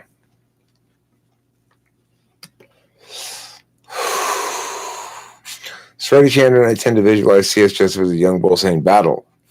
Stan, I smashed plenty of INTPs and they're not fast. Only come out of the shell when they think they know something. Otherwise, hide like hermits. INTPs can do a lot of damage in a sentence or two.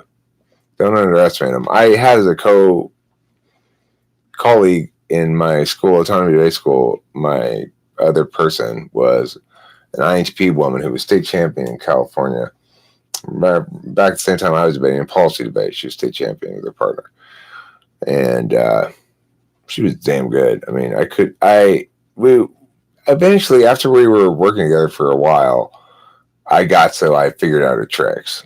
And I think I was probably winning most of the arguments at the end. But she had me fucking flummoxed for quite a while. She debated like water, I always said. You couldn't pin her down on anything useful. You could pin her down on things that were useless. And that was frustrating.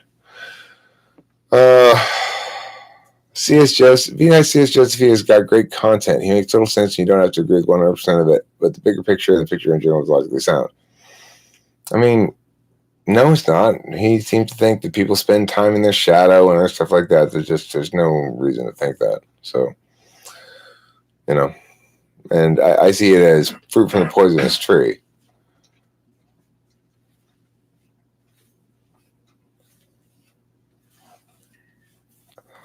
Despite being an FI polar type, you seem to decide likability to an extent based on how confident somebody is in FI, unless I'm misperceiving something.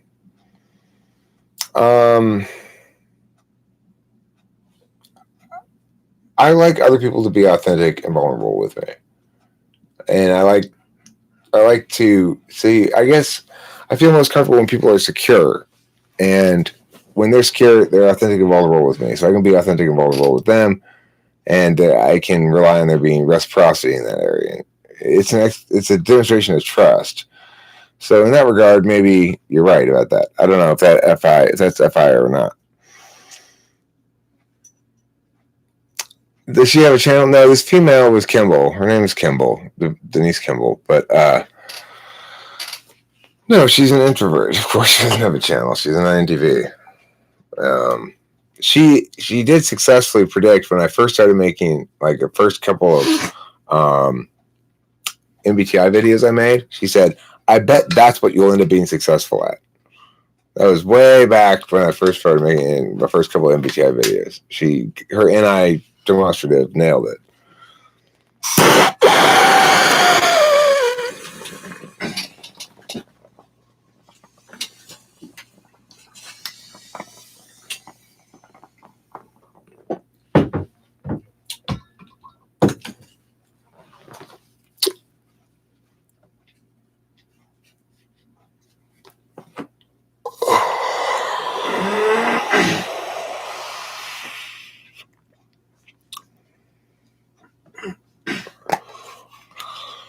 Then, if you think of a cuckoo clock, think about how it works. Every time an intuitive receives information, they must go inside to process it. Then it must go outside, extroverted. That's an intuitive that is an extrovert first, probably. I feel that way too. Like, okay, I receive information and I go inside to process it, and there's a pause between processing and extroverting. Don't forget to carve it with your finger. I'll take the tape off.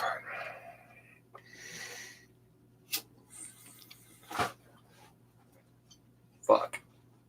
What happened?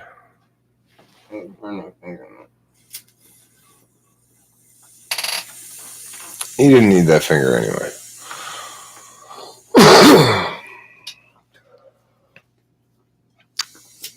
He would only come out to speak his 2 cents when he had his whole web of CI mapped out with good arguments, very accurate and detailed, but would generally not win the PhD one. He hated being wrong. Well, I mean, the thing is,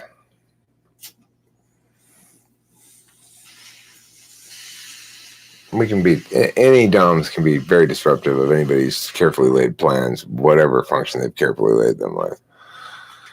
Eric, can you please make a case for why Trump building the wall is a good idea? I want to see just how convincing you can be. Building the walls is a very straightforward, obvious solution to a simple problem. The simple problem has nothing to do with whether we have too much immigration, too little immigration, blah, blah, blah, is that we don't have control over immigration. If there's one thing that defines a nation state, it is the nation state's borders. And if there's one area or purview of responsibility that a nation state ought to uphold, it is to control those borders and to execute the decision, the will of the citizenry as decided by the legislative process in regards to immigration. Until we have control of the border, we cannot implement any immigration law, regardless of whether it's pro or against immigration, accurately or meaningfully.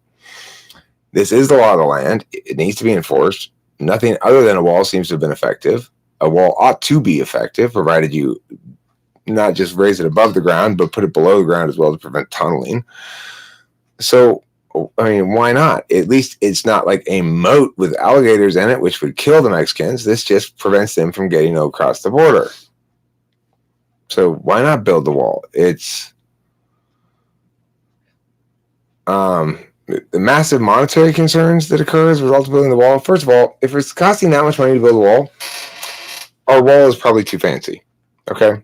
There's no reason why a wall should cost that much. We should just build a big fucking concrete wall. That's good enough. I don't have to argue in favor of Trump's wall specifically, just a wall, or the wall, being built by Trump.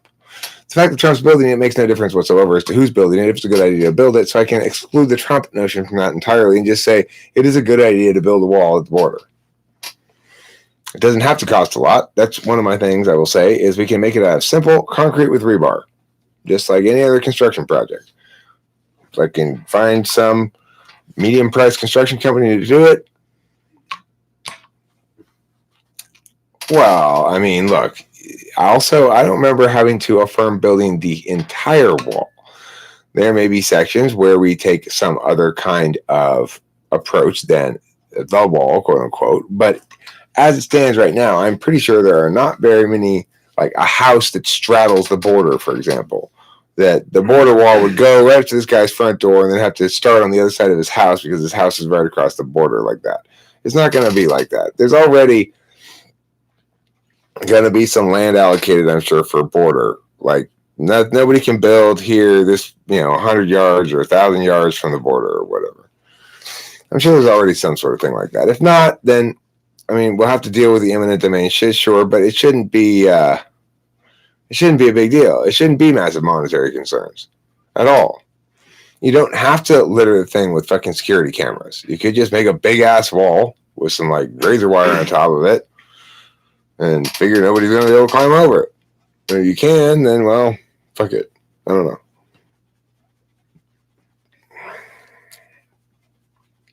You can't have a country without a border. The Dems have gone off the wall to the point where they are literally advocating for open borders. It's absolute insanity. I agree you cannot have a nation state without a border. It needs to be controlled by the nation state, obviously. You can't just have willy-nilly people running across the border either direction. You can get over a wall with a rope. Well, not if the wall is covered with stabby things. This is an argument that someone made for Trump being an ENFP. FI, he wants safety. TE, quick and dumb solution, was not using TI to think it through. A wall is a good solution to securing a border. If you, in fact, want the border secured, what is wrong with a wall? I mean, what other thing do you want to make? Like an electrical field or something? Nothing at all? The point is, if you want to control the border, is the first part of that conditional, right? If you don't want to control the border, that's another question. But if you do want to control the border, well, what is wrong with the wall? Nothing. Yeah, no one's actually argued against it, really. They just... Nobody's arguing the central this point. Talking point that it wouldn't be effective, but, like... I don't know. Would you ever make a series of videos, one on each type like Michael Pierce, but with insights from your own system and experience? It doesn't seem like your style, but I'm sure they'd be popular. Yeah, I'd like to do that. But thinking that's a good idea, wanting to do that, and actually doing it are different things. Kyle Sabo, ESTP, I believe. I see nothing in the future, only someone living in the moment. I think he's an ESTP as well. Just like your mom's face, Winston's mom. Winston's mom's face is an ESTP like Kyle Sabo. Oh my god, you should have seen what I did to her face.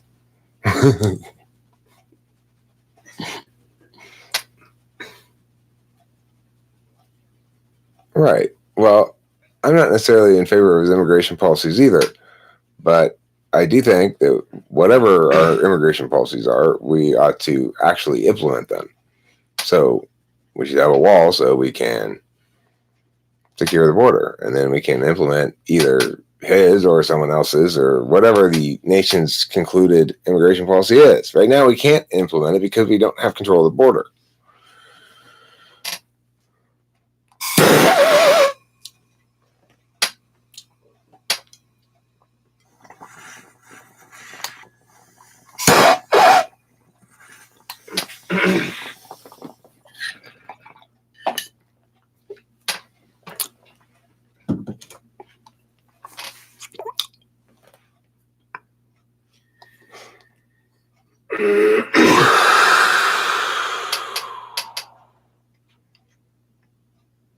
That was a bell ringer.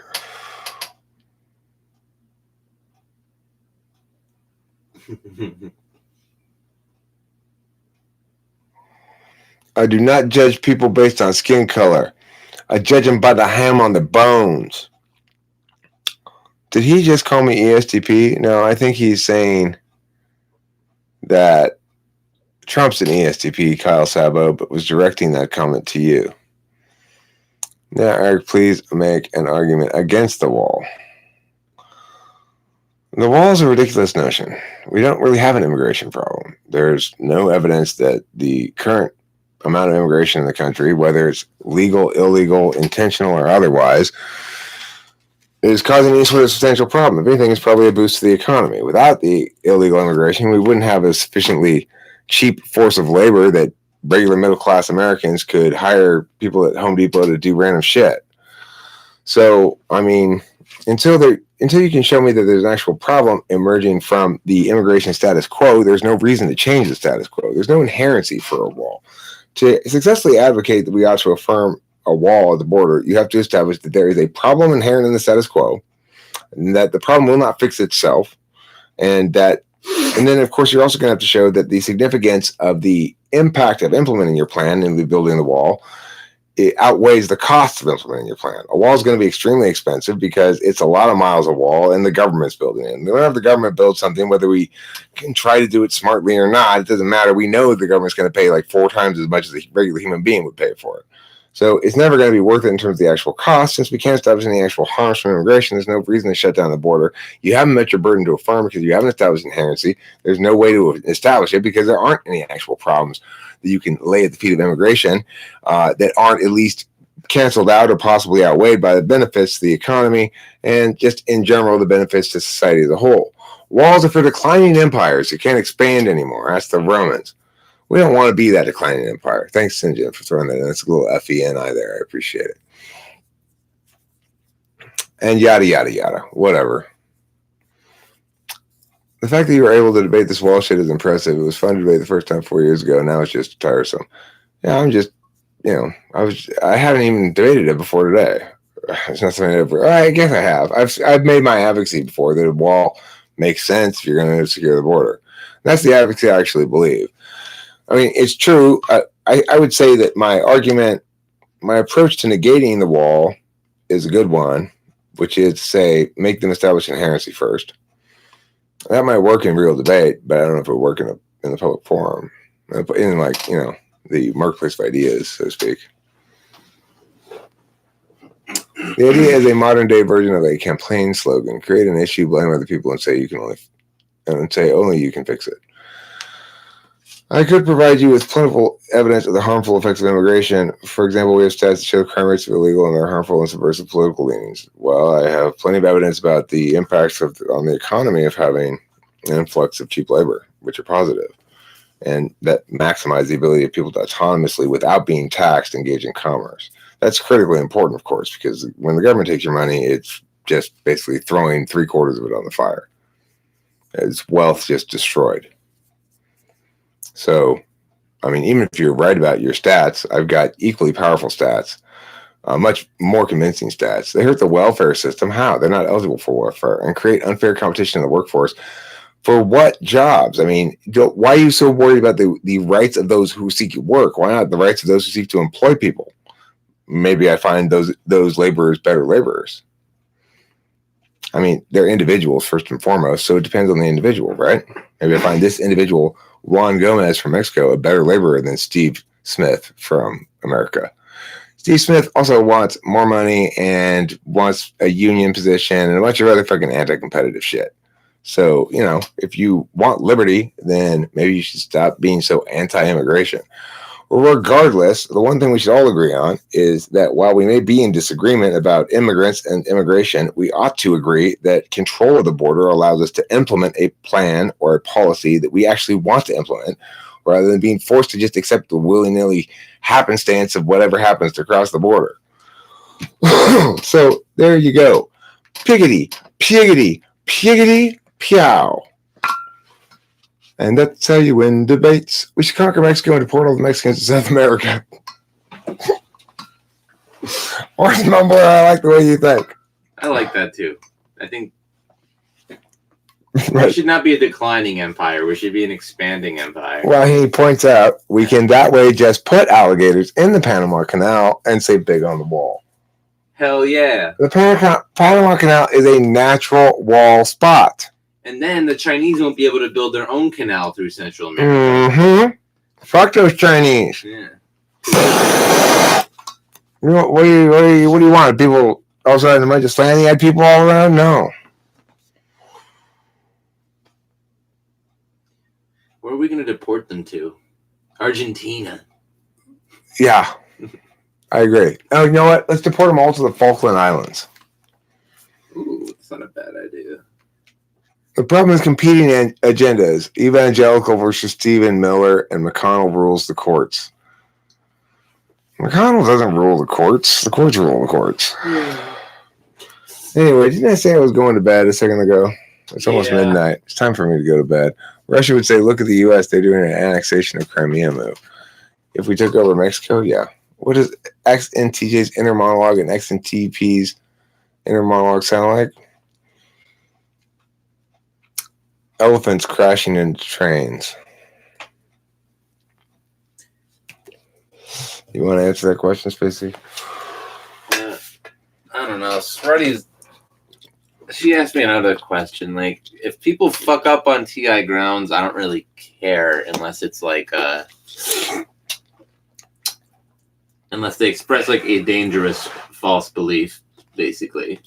Where if I don't correct it, then they're going to maybe harm themselves in some way. But most of the time, I try not to get too involved because, you know, I'm lazy and it might just piss them off. But, what was this one? What an NTP's inner monologue is like? I don't have much of an inner monologue. If I have one, it's just like, you're a fucking idiot and shit like that.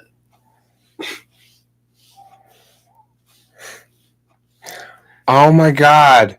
Susan Sky, you've been here. The whole time I knew I felt your effervescent spirit floating in the atmosphere. I would have been sad if you had been gone, and I wasn't that sad, so I knew you must be still here. And that's very enigmatic, your final thought. We're all like, wow. You put a lot of thought into that. What does FTW mean? For the win. Distributism? What is... Do you know what distributism means? No. Let's Google it. I bet it's something that they just Googled a little while ago themselves. They're looking for something to throw out there. The name of a socioeconomic and political creed associated with GK.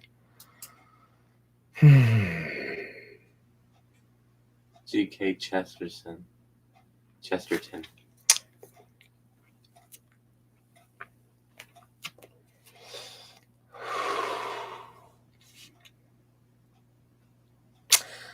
In the Catechism of the Catholic Church, subsidiarity is discussed in the context of the dangers inherent in too much power being centralized in the hands of the state. Excessive intervention by the state can threaten personal freedom and initiative. The teaching of the Church has elaborated the principle of subsidiarity, according to which a community of higher order should not interfere in the internal life of a community of lower order, depriving the latter of its function, but should support it in case of need and to help it coordinate its activity with the activities of the rest of society, always with a view to the common good. Distributivism, on the other hand, is an awkward word and an awkward label. Well, what exactly does it advocate distributing? So are you in favor of subsidiarity or distributivism? Which one? Susan Sky. I don't understand what that gets you the win on, or what you're even fucking... You expect me to do a bunch of intuitive links that you've grasped at? No thanks. It would require too much grasping on my end to give you the win about anything, really.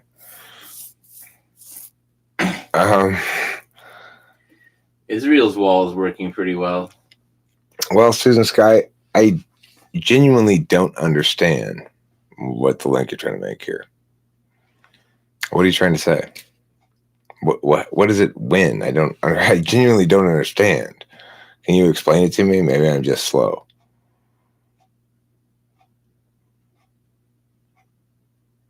You win everything because of the Catholic Church's economics teachings? That helps you win everything? Yeah, exactly. It's not even a wall. Imagine if it was a wall.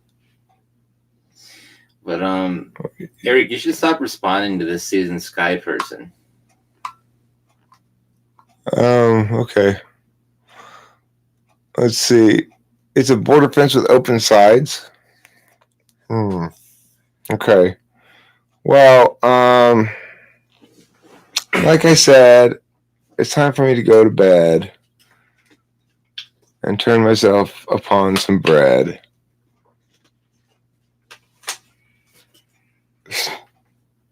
We were done here when? Oh, you meant we're done here. Susan. Your Effie posturing is not going to work. Good luck. I'm not fighting C.S. Joseph. He won't come talk to me. No, you've not. You've never tried to help me at all. Your lies don't work. You've just tried to slam me. Sorry. Good night, everybody.